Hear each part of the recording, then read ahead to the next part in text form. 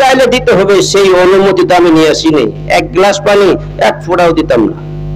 সুবহানাল্লাহ। মহিলারা যদি এই বিষয়টা মনে রাখে, তাহলে স্বামীর বাড়ির ওই আলু, পেঁয়াজ, রসুন, কিছু টাকা পয়সা ব্যাগ বইরে অনেকে স্বামীকে না জানায় যে বাপের বাড়িতে পাঠায়, এটা তো মুস্তাহাব, ঠিক না? মানে মুস্তাহাব না, না সুন্নত?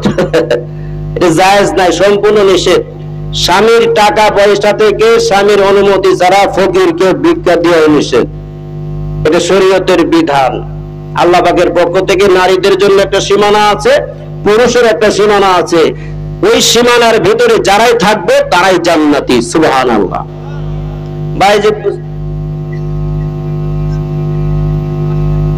পড়ানো দিদি আসুক, স্লোগান দেওয়া লাগবে, কে লাগে আসুক, আইসে বক্তব্য দিব, আলোচনা। প্রধান অতিথির আগমন, প্রধান অতিথির আগমন, শুভেচ্ছায় স্বাগতম। বিনোদন মন্ডলবাড়ির পক্ষ থেকে লাল গোলাপের শুভেচ্ছা। প্রধান অতিথির আগমন, শুভেচ্ছায় স্বাগতম।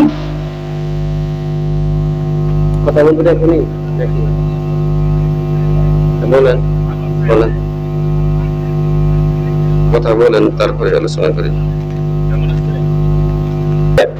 এদেরকে যদি কেউ উপকার করে, কিয়ামতের ময়দানে সেই উপকার ভোগ করবে। কথা কোন ঠিক কিনা?